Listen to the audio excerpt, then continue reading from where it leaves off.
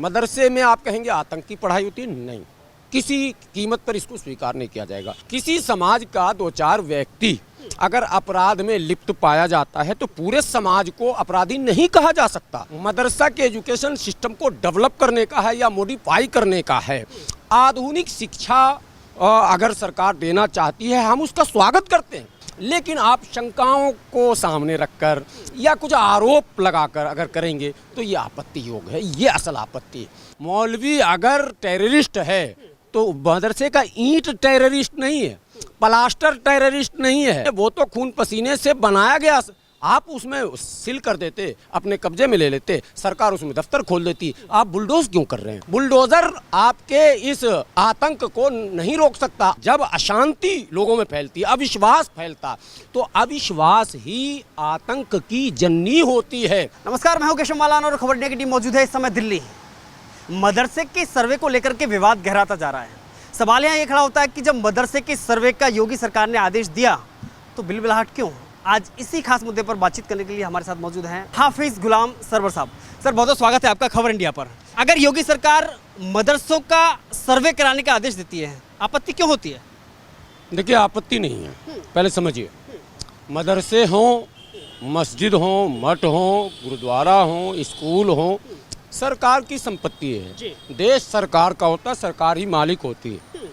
लेकिन इस देश में लोकतांत्रिक व्यवस्था है और संवैधानिक व्यवस्था है, तो यहाँ ये सवाल पैदा होता है कि इस व्यवस्था में जो अधिकार धार्मिक मिले हुए हैं अलग अलग सभी धर्मों को, जिसको धार्मिक स्वतंत्रता कहते हैं, उसका हनन सरकार ना करे, ये उम्मीद सब लोग करते हैं।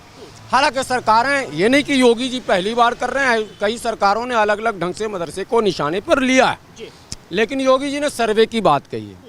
सर्वे कराना बुरा नहीं है और सर्वे पर आपत्ति भी नहीं है, बल्कि सर्वे का तो मैं स्वागत कर रहा हूँ। लेकिन सवाल पैदा होता है, सवाल ये पैदा होता है कि सर्वे से पहले जो बयान जो भारतीय जनता पार्टी के कुछ नेता, हालांकि योगी जी ने नहीं दिया, कुछ नेता जैसे आसाम के मुख्यमंत्री, वो बयान आपत्तिजनक है। मदरसे में आप कहेंगे आतंकी पढ़ाई होती है, नहीं, किसी कीमत पर इसको स्वीकार नहीं किया जाएगा।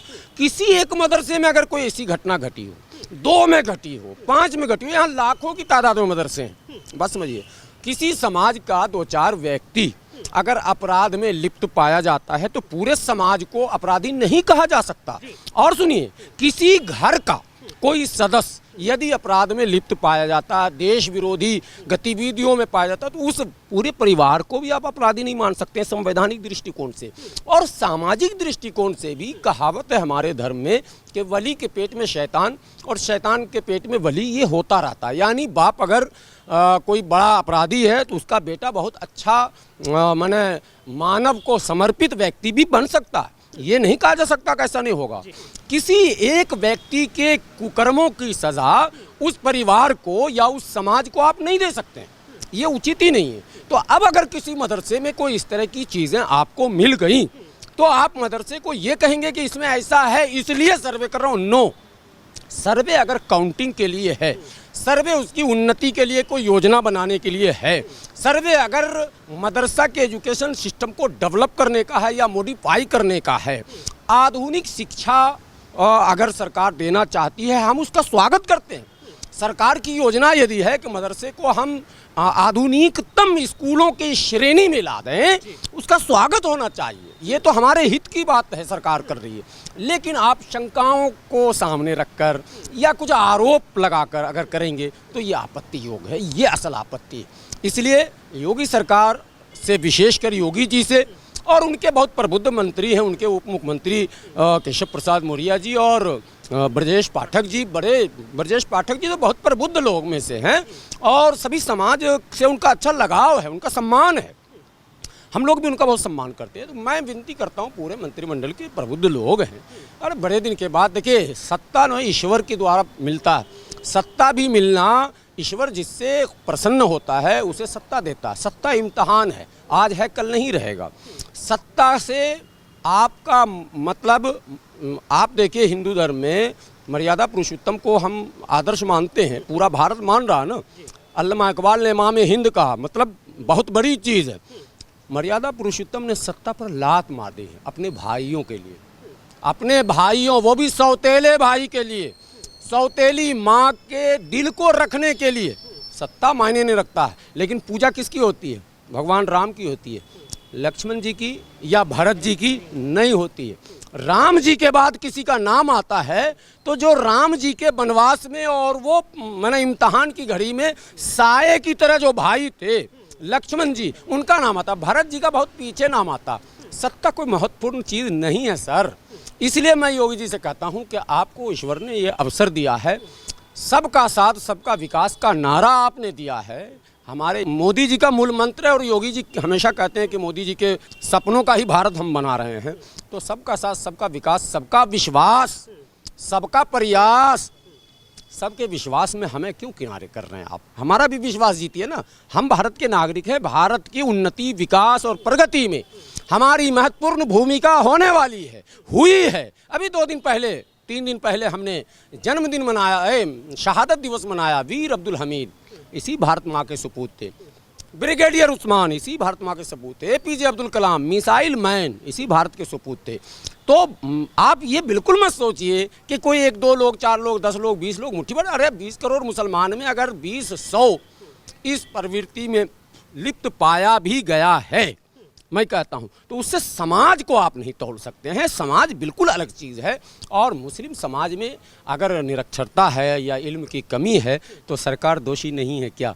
आखिर जो सरकारें अब तक रही हैं या जो अब चल रही हैं, इनको मुस्लिम समाज को मुख्यधारा से जोड़ने का प्रयास करना चाहिए। नहीं करना। मुख्यमंत्री अगर बुलडोजर से मदरसे को गिराते हैं और ये उस पर ये आरोप लगता है कि आतंकी संगठन से ये लोग जुड़े हुए थे या आतंकी बनने का वहाँ पाठशाला का एक केंद्र बना हुआ था, तो अगर गिराया जाता है तो उस पर गलत क्या है?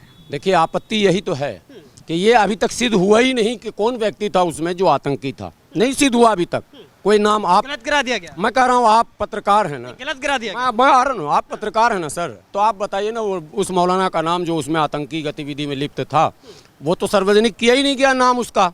व्यक्तिगत पॉलिटिकल कारणों से जो वहाँ पर स्थानीय मुस्लिम में भी कुछ भाजपा के जो समर्थक हैं, उनकी कुछ आपत्ति थी और वो स्थानीय राजनीति का शिकार हो गया। एक बड़ी इमारत, देखिए मेरा कहना ठीक है, उस मदरसे में, इन द मदरसा, मौलवी अगर टेररिस्ट है तो मदरसे का ईंट टेररिस्ट नहीं है, प्लास्टर टेररिस्ट नहीं है, वो बदरपुर सीमेंट टेररिस्ट नहीं है, वो जो मार्बल और पत्थर है वो टेररिस्ट नहीं है। वो तो खून पसीने से बनाया गया। आप उसमें सील कर देते, अपने कब्जे में ले लेते, सरकार उसमें दफ्तर खोल देती। आप बुलडोज क्यों कर रहे हैं? वो देश की संपत्ति है ना। वो देश की कोई भी इमारत अगर गलत गतिविधियों में संलिप्त तो उस इमारत के रहने वाले या संचालन करने वाले या उस मदरसे के चलाने वाले हैं, आप उस व्यक्ति को पकड़िए ना। उस मदरसे को तोड़कर आपको क्या मिलेगा? वो इमारत आप लीजिए ना अपने कब्जे में साहब, उसका सदुपयोग कीजिए ना, गरीब को घर दे दीजिए ना। आप बहुत सारे ऑप्शंस हैं ना। 2022 तक सर मोदी जी ने कहा भी ना सबको घर देने, तो जिसको नहीं है उसको वही दीजिए। आप बुलडोजर चलाकर संपत्ति जो नुकसान कर रहे हैं, हम इसका सदैव विरोध करते हैं। और देखिए, भारतीय डेमोक्रेसी में बुलडोजर डेमोक्रेसी स्वीकार नहीं है। यूपी में तो सबसे ज्यादा बुलडोजर चल रहा है, वहाँ मैं उसका भी विरोध कर रहा हूँ। मैंने दसियों बार कहा कि बुलडोजर संस्कृति को किसी भी कीमत पर भारत स्वीकार नहीं करेगा। इसमें आप हिंदू मुस्लिम मत लाइए।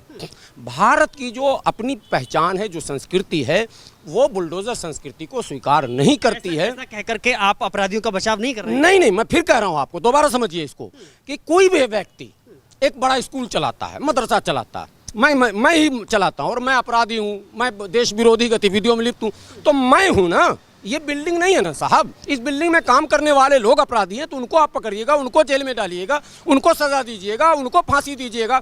बिल्डिंग पर बुलडोजर चलाने का मतलब है वो देश की संपत्ति सदियों में खड़ी होती है। सैकड़ों वर्ष लगते हैं एक इमारत को बनाने में। चंदा चुटकी से कैसे कैसे मदरसा खड़ा होता है। अपराधी के प्रति सहानुभूति क्या? अगर नुकसान हुआ, नहीं, अगर नुकसान हुआ तो अपराधी का हुआ। अपराधी की संपत्ति को गिराया गया, अपराधी की संपत्ति को कुर्क किया गया, तो अगर उसे आर्थिक चोट सरकार पहुंचाती है अपने नियम के मुताबिक, तो उसमें आपत्ति क्यों? अब देखिए, अवैध निर्माण की जब बात आती है, आज मैं एक बात बता रहा हूँ, एक बहुत बड़ा टावर यहाँ नोएडा में गिरा दिया गया, सुपर नोवा या क्या नाम था उसका।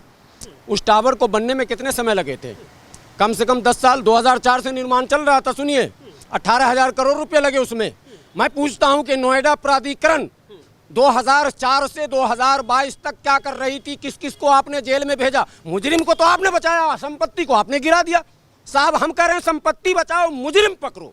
आप मदरसे पे बुलडोजर चला रहे हैं मौलवी को। मौलवी का नाम बताइए।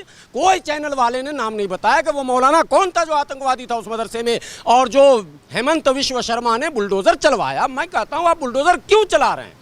बुलडोजर आपके इस आतंक को नहीं रोक सकता और आतंकित कर दे रहा मन से। जब अशांति लोगों में फैलती, अविश्वास फैलता, तो अविश्वास ही आतंक की जननी होती है, और विश्वास जो है वो निर्माण की जननी होती है। तो जब सबका विश्वास है तो भारत के इस अल्पसंख्यकों का विश्वास योगी जी जीते हैं, मोदी जी जीते हैं। और मैं समझता हूँ योगी जी ने, मोदी जी ने कई ऐसे कदम उठाए हैं जिनकी प्रशंसा हम लोगों ने की है। ये बात नहीं है, जो अच्छे काम होते हैं उसकी तो तारीफ की जाती है।